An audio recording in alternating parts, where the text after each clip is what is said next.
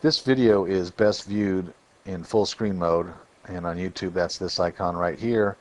And if you have a high bandwidth connection, you also want to watch it in HD, which is this icon right here.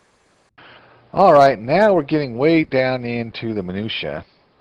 But one other thing I want to show you is we're going to create a document here.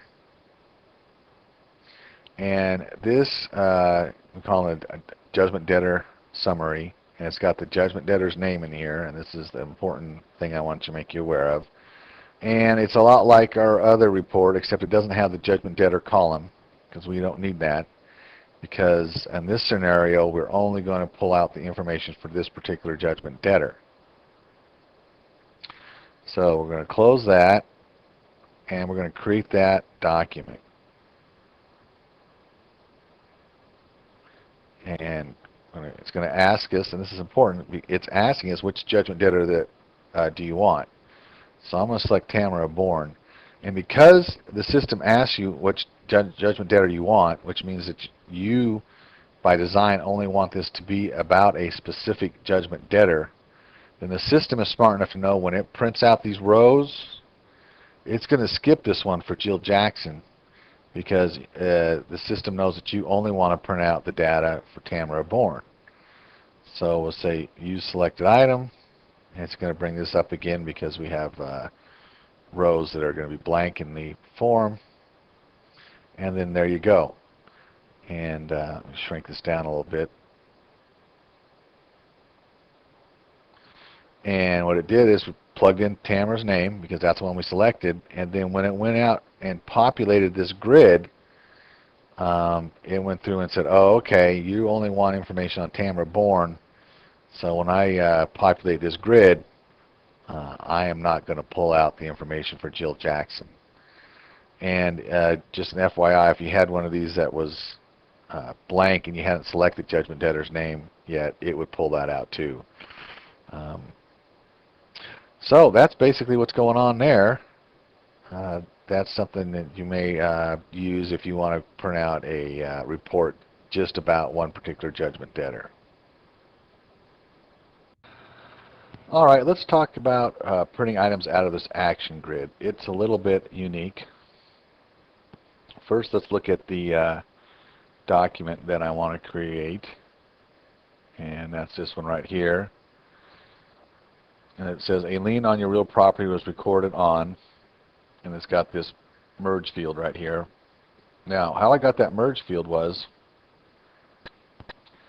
go over here and you say Documents, Merge Fields, Show Merge Fields in Form. You'll see that the abstract filed has the date field of this right here. And this is unique in that this 108 is always tied to this abstract. So if it was down here at the bottom, it doesn't matter where you put it into the grid, the date field for when the abstract was filed would always be the A.108_VT. So we're going to hide those merge fields, and this is what we're going to create here. And create the document, and then there it is. And if you notice, this date was pulled directly from there. So that is how you would create a document that wanted to pull out one particular action out of all these actions and put it into your document. All right, now let's talk about printing out this entire grid into a report. If you want to print this whole grid out into a report here, what we do is I want to go ahead and at the same time show you this on the Show Merge Fields and List. And what this does is it just goes through and show you all the merge fields that are in the database. And let's take a look at the judgment, or the judgment debtor's name, because we are pretty familiar with that by now. If you notice, it's got the generic or the default merge field name. And then over here, what it does is it just shows you that you can also use this field with a -1 or a -2 or a -3 because there's 3 judgment debtors. So this just shows you the field name, and the field name, if it can be used with a dash number past it, it shows up here in this column. What we want to do here is we are going to go up to the actions,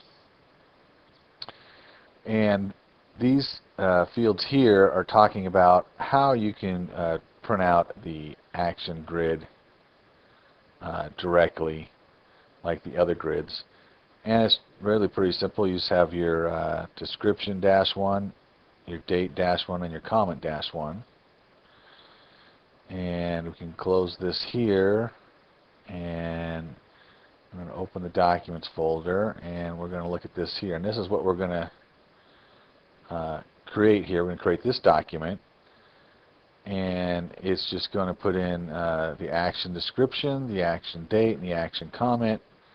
And it's just got a dash for every row in the grid that we want to populate.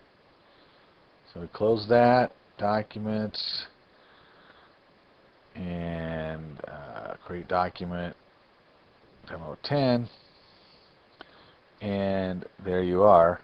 It's going to show you a few fields that end up blank because we have blank rows in the grid.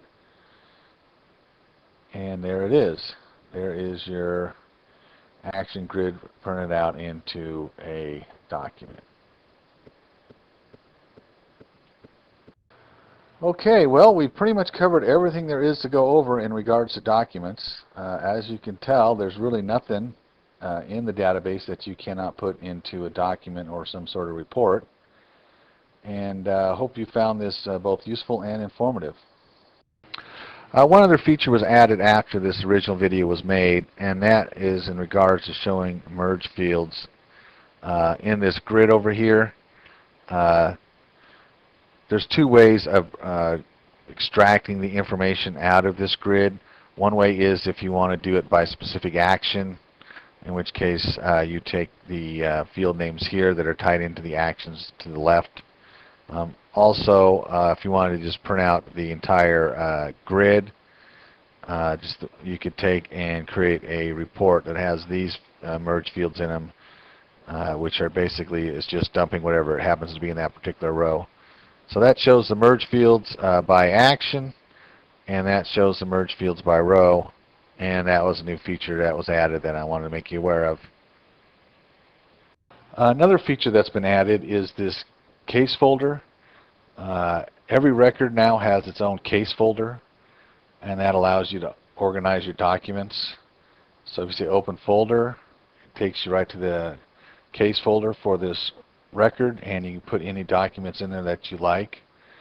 When you first create the save the record, the folder name is based upon the style of the judgment, but you can rename this to whatever you like.